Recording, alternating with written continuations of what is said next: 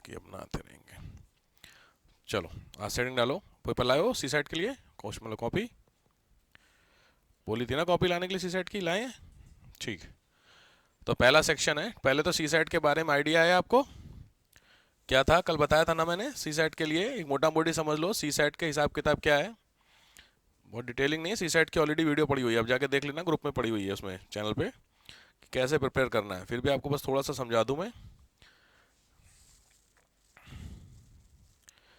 करना बस क्या है आपको, ठीक है?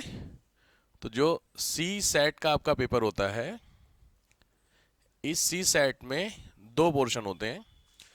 अगर मैं एएस की बात करता हूँ आईएएस में, और दूसरी बात करता हूँ मैं पीसीएस में। तो अगर आप आईएएस में देना है तो आपको सी सेट के 100 क्वेश्चन है, पीसीएस में देना है तो आपको इसके 80 क्वेश्चन है। पहली चीज ये चीज क्लियर रखिए, ठीक है? दूसरी चीज है कि जो सी सेट होता है आपका क्वालिफाइंग एग्जाम होता है।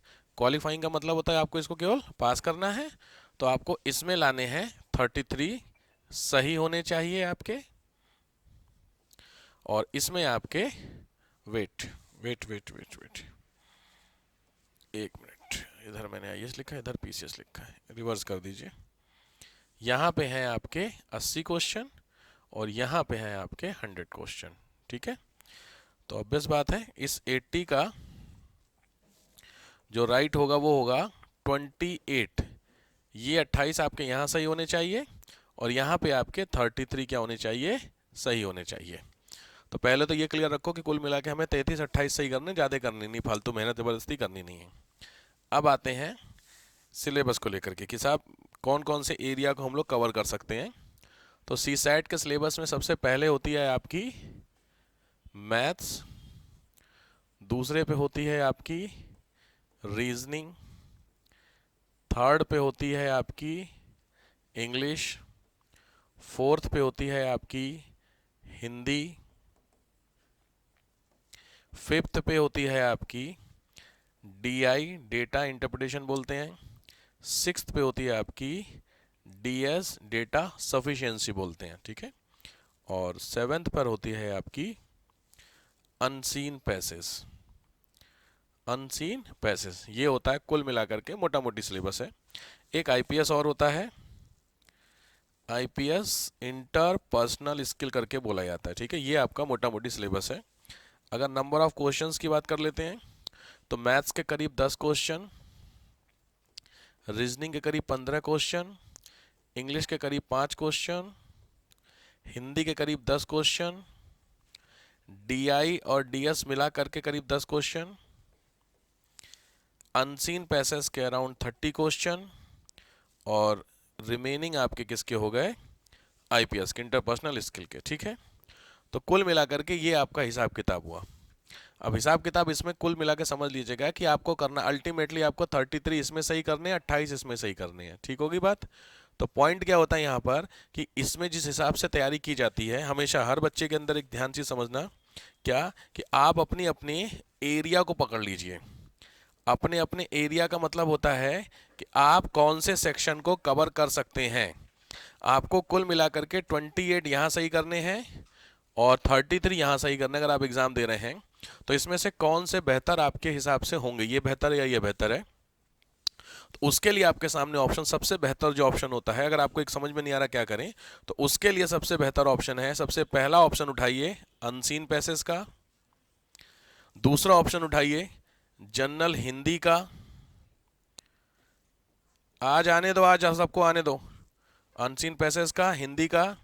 तीसरा ऑप्शन उठाइए रीजनिंग का, मॉर्निंग जी, अनसीन पैसेज का, हिंदी का और रीजनिंग का, ठीक है?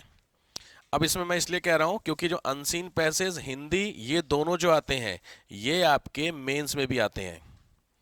जो मेंस का पेपर होता है, यूपी पीसीएस का भी मेंस होता है हिंदी का, और आईएएस मेंस में जो हिंदी होती है उन दोनों में अनसीन और हिंदी आती है। तो जब दोनों ही आ रहे हैं तो तैयारी दोनों की कर ली जाए, ठीक है?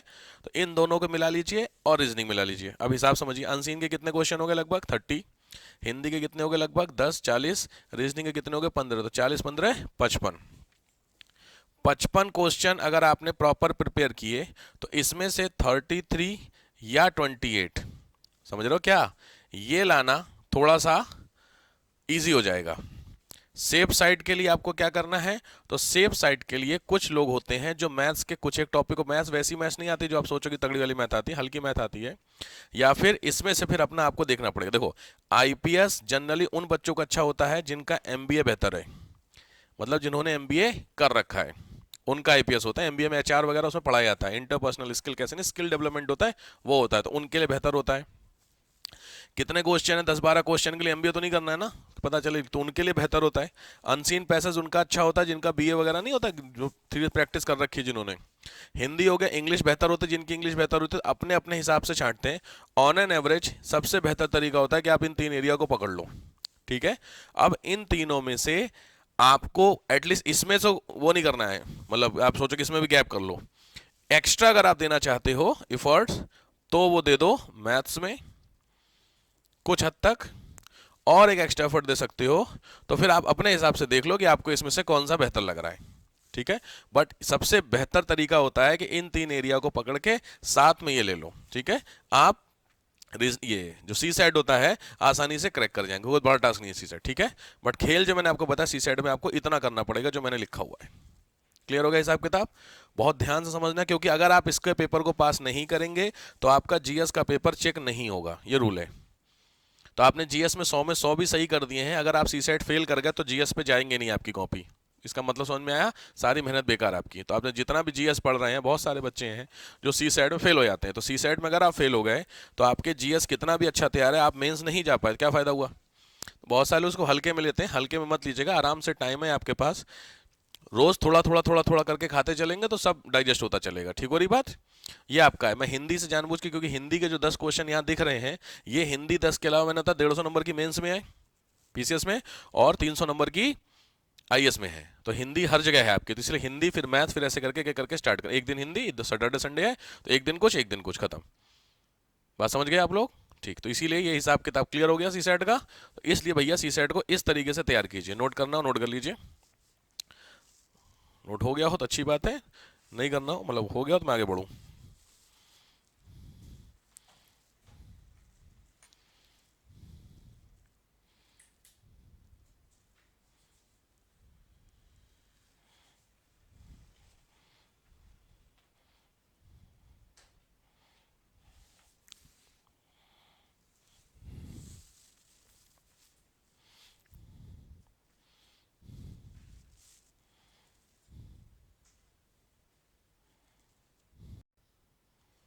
हटा दूँ?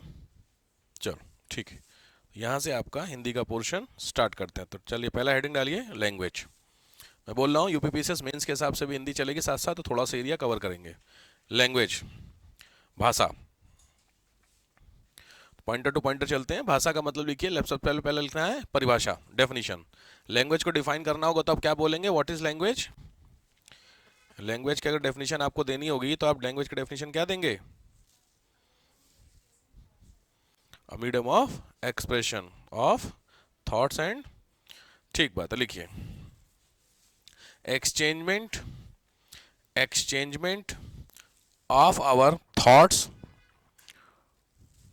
टू अनदर पर्सन, किसी सामने वाले व्यक्ति को विचारों को साझा करना। आज चलने दो, आज कोई दिक्कत नहीं, आज सबको अलाउ कर दो, अगले सैटरडे से सबकी कहानी खत्म। आ जाइए, कोई बात नहीं, क्योंकि देखा मैंने 9:30 9:40 तक लोग आराम से टहलते टहलते आते हैं, देखे हो ना। पिछली बार किया था, बिली मानेंगे, लास्ट बैच में हमने किया था ऐसा रूल, 9:05 के बाद एंट्री नहीं, बंद। आप बिली माने 2-2 लोगों की मैंने क्लास कराई है, 2 लोग, क्योंकि घर से लेट निकलना ही है, और फिर यहाँ पे पता कि यहाँ पे अलाउ है नहीं, तो यहाँ पे आएंगे कैसे, तो उन्होंने मस्त बोल दिया घर पे छुट्टी हो गई। तो मेरे को पेरेंट्स का फ़ोन आया कि सर इधर पिछले वीकेंड बैच की छुट्टी हो रही है लगातार, आप समझ रहे हैं। तो इसीलिए कुछ चीज़ें ज़रूरी हो जाती हैं, आप लोगों को हो जाता है थोड़ा सा लेट लेट सर्दी है, इसीलिए मैं आपसे पूछ रहा हूँ 9:30 क्लास कर दूँ। दैट्स वाई मैं आपसे पूछ रहा हूँ कि 9:30 क्लास में आप सुटेबल हैं, मुझे कोई दिक्कत नहीं है। कोई नहीं, आपसे क्या लोकतंत्र पूछ रहा हूँ, बताऊँ। हाँ हेलो, ठीक, तो क्लियर हो गया। लैंग्वेज का मतलब क्या हुआ, एक ऐसा मीडियम जिस मीडियम के थ्रू हम अपनी फीलिंग्स को या अपने इमोशंस को या अपने थॉट्स को क्या करें, एक्सचेंज करें। तो उसको सीधे सीधे हम लोग कह सकते हैं लैंग्वेज डिनोट कर सकते हैं। ठीक है, यहाँ पे ठीक है, एक बार आया वो इंपॉर्टेंट नहीं है। टू टाइप, ठीक है, दो टाइप लैंग्वेजेस के, दो पार्ट होते हैं। टू टाइप ऑफ लैंग्वेजेस, पहला होता है मौखिक ओरल, दूसरी होती है लिखित राइटिंग। प्रॉपर नोट्स बनाइए, हिंदी के नोट्स बन रहे हैं मेंस के, ठीक है, तो ध्यान रखना दोबारा से हिंदी मेंस के नोट्स नहीं बनेंगे। तो जो भी छूट रहा है भगवानी मालिक है उसका, तो अपने नोट्स आप ढंग से बनाना।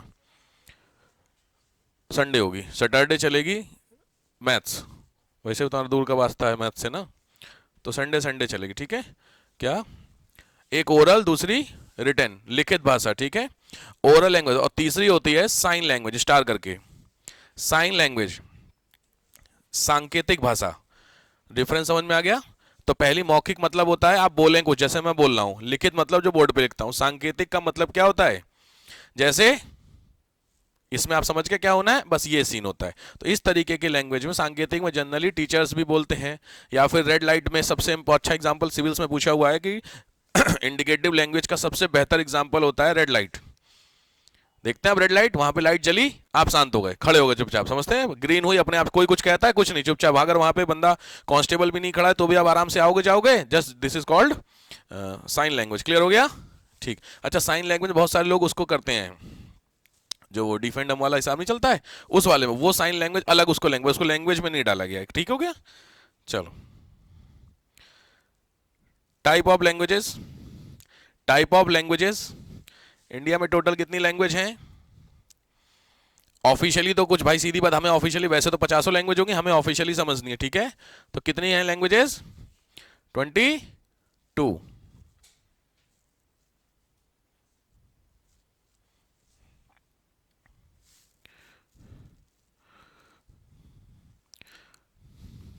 टोटल 22 है।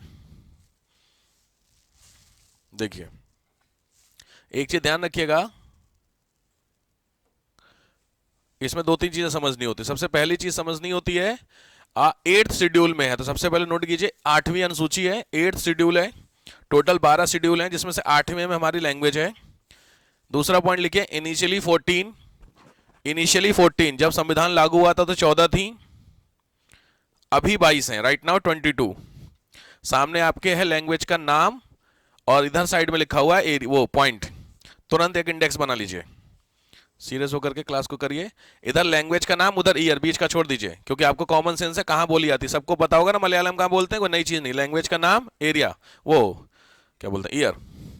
तुरंत शुरू करिए, ज्यादा नहीं, 2 मिनट में।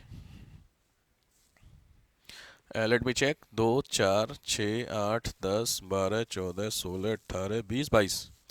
ठीक है, 22 है आपकी। सीक्वेंसिंग में आई थिंक नहीं है, कोई दिक्कत नहीं है, आप नोट कर लीजिए, ये 22 आपकी लैंग्वेजेस है। एक चीज ध्यान रखना, इंग्लिश हमारी कॉन्स्टिट्यूशन लैंग्वेज नहीं है, ये ध्यान रखना, बहुत कंफ्यूजन होता है बच्चों को। इंग्लिश हमारी संवैधानिक भाषा नहीं है, नोट कर लीजिए एक बार।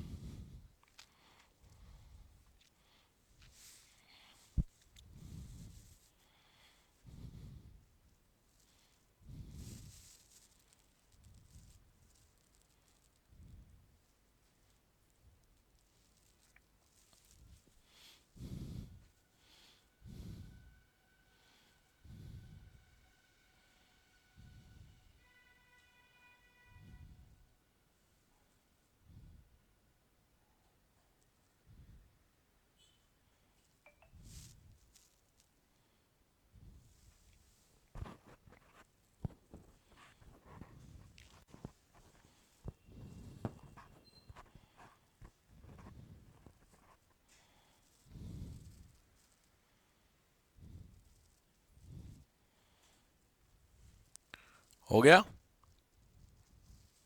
करिए जल्दी करिए।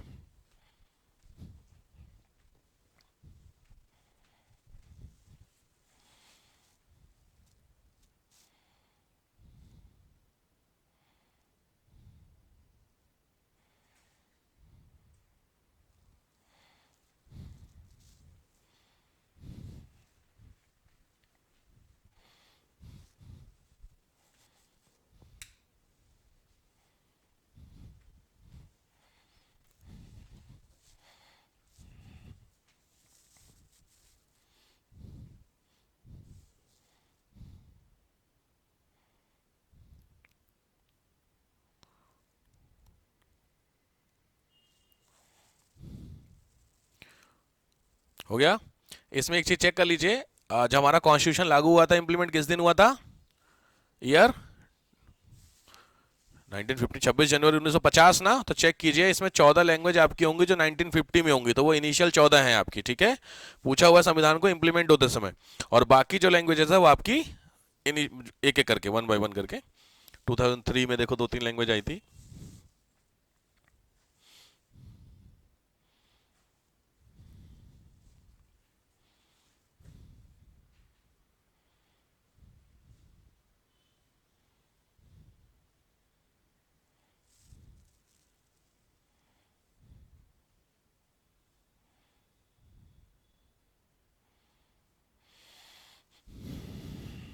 डन। इसमें खास करके स्पेशली कहीं ऐसा दे रहा है यूपी का कोई लैंग्वेज, कोई सी भी? यूपी है? यूपी कहां पर है? यूपी स्पेशली नहीं है ना, तो ये पूछ दिया है कहीं? हाँ, तो यूपी स्पेशलाइज, इसका मतलब क्या, यूपी में कोई भी officially constitution language right now है नहीं जो बोली जाती है स्पेशली, ठीक है, क्योंकि यूपी बेसिकली कौन सा, हिंदी, और हिंदी हमारी कॉन्स्टिट्यूशन लैंग्वेज है, इसमें हिंदी है। हाँ, तो चूंकि हिंदी ऑलरेडी, हिंदी में कहाँ पे एरिया दे रहा है, most parts of the northern state, UP आ गया उसमें, ठीक है, ये है हिंदी, ठीक है। तो नॉर्दर्न स्टेट्स में जब ऑलरेडी बोली आ रही है तो उसकी नीड नहीं है। इंग्लिश नहीं है कॉन्स्टिट्यूशन लैंग्वेज। डिमांड की जा रही है भोजपुरी को, बहुत दिनों से डिमांड हो रही है भोजपुरी को किस में डालने के लिए, इसमें लैंग्वेज में, ठीक हो गया। हटाऊं? चलो वापस आओ, वापस आओ। नेक्स्ट पॉइंट, नेक्स्ट आओ, एम ऑफ लैंग्वेज, तुरंत। एम ऑफ लैंग्वेज, तो ऑब्वियस बात है, लिखो एक्सचेंज, एक्सचेंज ऑफ थॉट्स, विचारों का आदान प्रदान। एम का मतलब उद्देश्य क्या होगा, तो विचारों को भेजना। नेक्स्ट, उपयोग करना, utilization of language, utilization of language, भाषा का उपयोग क्या है, यूज क्या है लैंग्वेज का, तो ऑब्वियस बात है, लिखो सोशल फॉर्मेशन, सामाजिक लगाव, सामाजिक लगाव। इसका मतलब समझ में आ गया, समाज को कनेक्ट करना। वो किससे कनेक्ट होगा, लैंग्वेज से। कुछ आप बात बोल पाएंगे तभी आपकी बात वहां तक पहुंचेगी। किसने तरह की होगी वो तो आप समझ गए, बोल के भी बोल सकते हैं, लिख के भी कर सकते हैं। नेक्स्ट, नेचर, नेचर, प्रकृति क्या है भाषा की, तो लिखो every language has its own nature, हर भाषा का अपनी प्रकृति होती है। ओन नेचर, अपनी प्रकृति होती है हर भाषा की। एक भाषा कहां से आती है पता है, तो लिख लो it adopted from the ancestors, पूर्वजों से भाषा की प्रकृति को सीखा जाता है। जो पूर्वज हैं उनसे हमने हिंदी बोलना सीखा, इंग्लिश बोलना सीखा, उर्दू फला ढिमका, कहां से बोलना सीखा, पेरेंट्स से, पापा मम्मी ने सिखाया है, दैट्स वाई। उनको भी किसी ने सिखाया होगा, उनको उनके पेरेंट्स ने सिखाया होगा, ठीक है, इस तरीके से होता है आपका। नेक्स्ट, नेक्स्ट आपने सुना होगा लिपि, सुना है, स्क्रिप्ट, हेडिंग डालो, लिपि, या इसी को बोलते हैं स्क्रिप्ट। क्या होती है, देखो जो लिपि वर्ड है ना, लिपि वर्ड का मतलब होता है लीपना। लीपना जानते हैं, लीपना एक देहात का वर्ड माना जाता है, किसी भी चीज को कवर करना किसी चीज से। गोबर लीपना बहुत कॉमन होता है, काउडंग वगैरह से नहीं, गांव में किया जाता है, तो ये वर्ड वहां से उठाया गया, ठीक बात है, ठीक है। तो बेसिकली वैसे दूसरे शब्द अब चूंकि है तो ऐसे तो लिख नहीं सकते, बट हमें अपनी लैंग्वेज में लिखना है, तो लिखो expression of language in which medium, भाषा का वर्णन जिस माध्यम में होता है, दैट इज कॉल्ड स्क्रिप्ट, लिपि। तो उसको क्या बोलते हैं, लिपि के नाम से डिनोट करते हैं। ऑब्वियस है आपके काम की। लिखिए देवनागरी, हिंदी तो पता है ना, देवनागरी में लिखी जाती है, लिखिए देवनागरी डैश, हिंदी, संस्कृत, मराठी, नेपाली, बोडो, बोडो जानते हैं, असम की, यह है देवनागरी। दूसरा ये गुरुमुखी लिपि, बहुत फेमस है, गुरुमुखी, किसी को आइडिया, पंजाबी, लिख लीजिए गुरुमुखी पंजाबी। नेक्स्ट फारसी, लिपि की बात कर रहा हूं मैं, स्क्रिप्ट है फारसी। लोग बोलते हैं क्या फारसी बोल रहे हो, हमें समझ में नहीं आती ना, इसलिए फारसी, पर्शियन, पर्शियन, फारसी में डैश करके उर्दू, उर्दू, अरेबियन और पर्शियन, तीनों खुद की लैंग्वेज। उर्दू, अरेबियन और पर्शियन तीनों आपकी पर्शियन गए, पर्शियन मतलब फारसी, सेम। नेक्स्ट बांग्ला, बांग्ला की है, बांग्ला के स्क्रिप्ट में बांग्ला लैंग्वेज है। उड़िया और असमिया, इतनी स्क्रिप्ट है इंडिया में। बांग्ला बांग्ला में है, उड़िया उड़िया में है, और असमिया असमिया में। ये एग्जाम में आ रखे क्वेश्चन है, वो मैं दे रहा हूं आपको, ठीक है।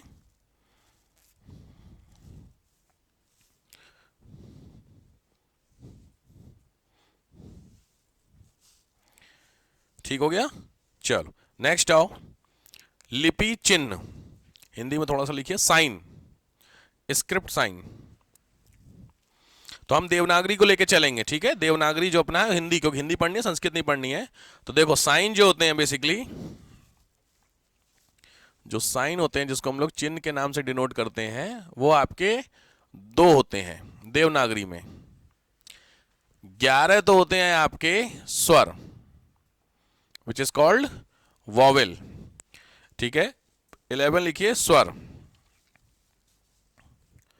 और 41 होते हैं आपके व्यंजन, व्यंजन यानी कॉन्सोनेंट, स्वर यानी वॉवेल। ठीक हो गया, सारे लिख लीजिए। हिंदी वाले 11, इसको मैं चेंज कर दूं यार, बड़ा ना इसमें लाइट बहुत आती है, ठीक है। तो 11 क्या होगा ये आपके स्वर। तो 11 स्वर कौन कौन से होते हैं, हाँ भैया पढ़ना पड़ेगा, शाबाश। आ आ ई ओ ए ओ औ, कितने हो गए आपके 10, और अंग। अह नहीं होता है, क्योंकि अह जो होता है विसर्ग होता है, ठीक है। सुनो, अह कहाँ लगता है, संस्कृत में रामः, हिंदी में अह नहीं होता है। डिफरेंस समझ में आ रहा है। तो ये आपके 11 हो गए स्वर,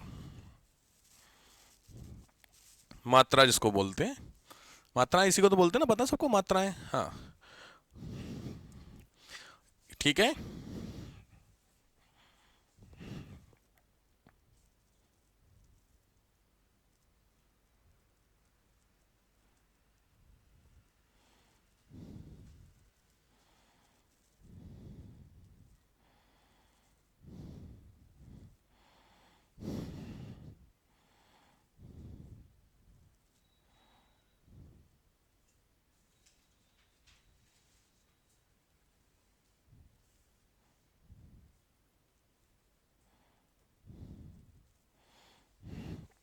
ठीक है, और इधर क्या होगा आपके 41 व्यंजन, कॉन्सोनेंट, ठीक है। मात्राएं जरूरी, बाकी एक एक करके समझना ही है सबको।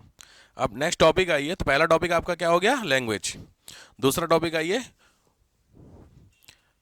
लेटर्स, वर्ण। वर्ण, वर्ण का मतलब लिखिएगा इट इज अ साउंड, यह एक ध्वनि होती है। इट इज अ साउंड, यह एक क्या होती है, ध्वनि होती है। वर्ण का मतलब लेटर। क का मतलब आपने बोला तो क से कुछ सुनाई दिया, अरे मैंने क बोला तो आपको कुछ सुनाई दिया ना। क का मतलब क्या होता है, और उस क से कौन से शब्द बनेंगे वो आपने एक्सपीरियंस से सीखा। फॉर एग्जाम्पल छोटे बच्चे को आप बोलो क, उसका कुछ समझ में आएगा, उसको सुनाई दिया क, लेकिन क लिखा कैसे जाता है, इसका मतलब क्या है तो नहीं पता। तो ध्यान रखिए, वर्ण का मतलब क्या होता है, साउंड। कौन सा साउंड यूज करते हैं वो आपका हुआ, ठीक है। ये चीज क्लियर हो गया, लिखते चलिएगा भाई। अल्फाबेट भी जानते होंगे, ग्रुप ऑफ लेटर्स अल्फाबेट कहलाता है। ग्रुप ऑफ है अल्फाबेट यार, वर्णमाला क्या बोलते हैं। चलो अब आओ, हेडिंग डालो वॉवेल। वॉवेल यानी स्वर।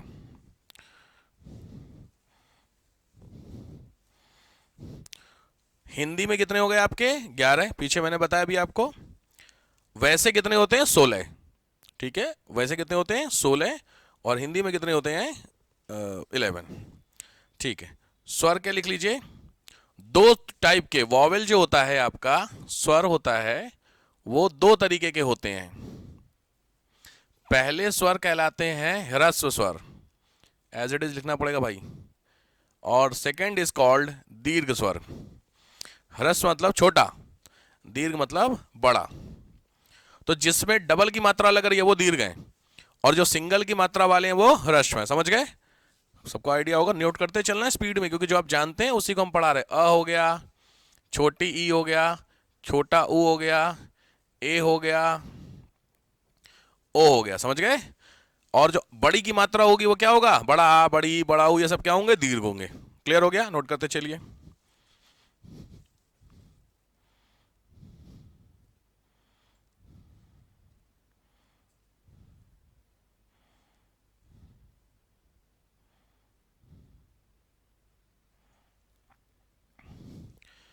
तो ह्रस्व हो गए, दीर्घ। एक नए स्वर होते हैं उनको बोलते हैं प्लुत स्वर। प्लुत, प्लुत तुम लोगों ने देखा होगा, ऐसे लिखा जाता है, ऐसे। देखे हो? ओम पढ़े हो? ओम, ओम जो लिखा जाता है वो ऐसे लिखा जाता है। मंदिरों में देखे हो, या कभी उस बुक्स में पढ़ना ओम भूर्भुवः, तो जो ओम होता है उसमें ये वाला साइन आता है। तो इस तरीके का जो ये स्वर होता है, ये होता है आपका, ये बेसिकली क्या है? प्लुत स्वर जो होता है। अच्छा, एक चीज समझ लीजिए, जो भाषा होती है, लैंग्वेज, वो आपकी दो होती है। मैं आपको इनिशियल लेक्चर में भी समझाया था, एंशिएंट में। एक थी लौकिक, कुछ याद है, और सेकंड इज वैदिक। कुछ याद है? मैंने वैदिक का आपको झ बना के दिखाया था कि ये झ था, कुछ याद आ रहा है? तो वो झ होता है वैदिक का। तो हमें तो ये है, ये जो प्लुत स्वर है, ये वैदिक भाषा का है। तो हमारे कौन से लौकिक के? दो हैं, ह्रस्व और दीर्घ। क्लियर हो गया? बट फिर भी पता रहे कि अच्छा ये कौन सा होता है? प्लुत। जहां पे भी आपने ये वर्ड सुना, इसका मतलब है ये सबसे कम टाइम लेगा, ये ज्यादा टाइम लेगा, ये सबसे ज्यादा टाइम लेगा। जैसे सुनो करके नहीं होता है, तो सुनो के बाद ऐसे करके लिखा जाता, कई सारे, ध्यान दियो कभी। समझ रहे हो मेरी बात? लाइक ऐसे होता है सुनो, और सुनो के बाद ऐसे होता है। कभी ध्यान देना, कभी राइट पढ़ना, सुने हो, देखे हो? तो ये सुनो का सुनो, तो वो हुआ इधर वाला। सिंपल हुआ दीर्घ वाला, मतलब आ, और ये अ। डिफरेंस समझ में आ रहा है? तो बोलते समय बहुत फर्क पड़ता है आपकी लैंग्वेज का। तो पहले कम टाइम वाले में ये, ज्यादा टाइम वाले में वो। ठीक है, नेक्स्ट आओ। इसके अलावा ये हो गए तीनों। इसके अलावा एक स्वर होते हैं, उनका नाम है अयोग वाह, इसी में, बट ये तीन के अलावा होते हैं। आप लिख लिए अयोग वाह, अयोग वाह स्वर का नाम। अयोग वाह में होते हैं आपके दो। पहले होते हैं अनुनासिक, सुने होंगे, अनुनासिक, और दूसरे होते हैं अनुस्वार। इस क्लास केजी में पढ़ाए जाते हैं बच्चों को। अनुनासिक और अनुस्वार। अनुनासिक मतलब समझते हो? चंद्रबिंदी, समझ गए? और अनुस्वार क्या होता है? डॉट। चंद्रबिंदी का एग्जांपल दो कोई सा। चांद है, अरे वाह, चांद के अलावा बोलते चंद्रबिंदी, चांद ऐसा हो गया। और कुछ? आंख, बिल्कुल ठीक। और इधर अनुस्वार का पतंग, बिल्कुल सही बात है। रंग, बहुत सारे होते हैं, ठीक हो गया, बिल्कुल। तो ये, हाँ, तो ये ध्यान रखिएगा किसका क्या मतलब होता है। इसमें आपसे सिविल्स में पूछा हुआ है डिफरेंस क्या है, तो अनुनासिक में लिखो नाक प्लस मुंह, नोज प्लस माउथ, दोनों का यूज होता है अनुनासिक में। और अनिश्वार में केवल कहां होता है? नोज। अंग, बोलो एक बार, कुछ फर्क आ रहा है? नहीं तो चुप मार के लिख लो, क्योंकि अभी वर्ग पढ़ोगे तो वर्ग में भी ऐसे ही आएंगे कि ये क्या चक्कर है। वैसे आएगा, ट्राई करना धीरे से। अंगूर, अंगूर में जो आता है न, वो कहां से निकल रहा है? नोज से। चांद, चांद में देखो मुंह का एंगल और नाक का थोड़ा बहुत ऐड हो रहा है। ठीक है, तो अनुस्वार और नासिक में डिफरेंस पूछा हुआ है, प्रीलिम्स में भी आया हुआ है, मेंस में भी आया हुआ है आपका।